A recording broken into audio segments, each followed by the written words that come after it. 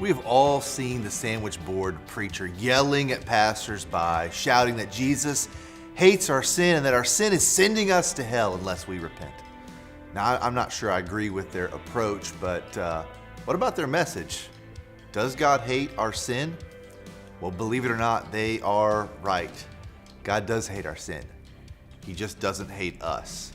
Their approach gives us the feeling that our sin is making God mad and that our sin is making him disgusted with us personally. But the truth is, he hates our sin because he loves us so much. In his book, The Good and Beautiful God, James Bryan Smith describes those street preachers' messages as halfway there. God does hate our sin, but only because it destroys the people he loves. This is simple to see in the story of the woman caught in adultery, recorded by John in his letter to the church. In John 8, we enter the story as it's unfolding. The woman is brought in front of Jesus. She's apparently just been caught in the act of adultery.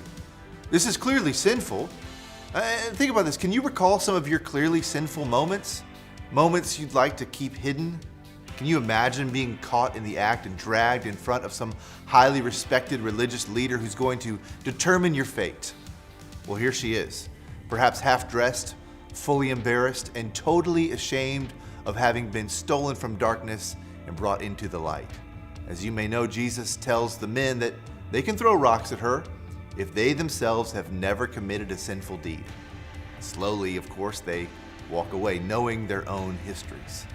Then Jesus gives her a message as she is about to leave. It's short and to the point.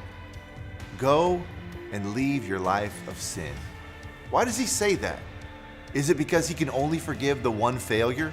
Is it because he will hate her if she fails again? His grace was good for one adultery, but certainly not another. No, of course, that's not it at all. He tells her to leave her sin because look where it led her. Her sin was crushing her. Her sin was destroying her, and he hates that because he loves her.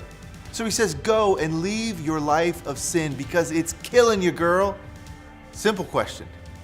What sin do you need to leave? Not because God hates you for sinning in that way, but because it's killing you, and he hates that.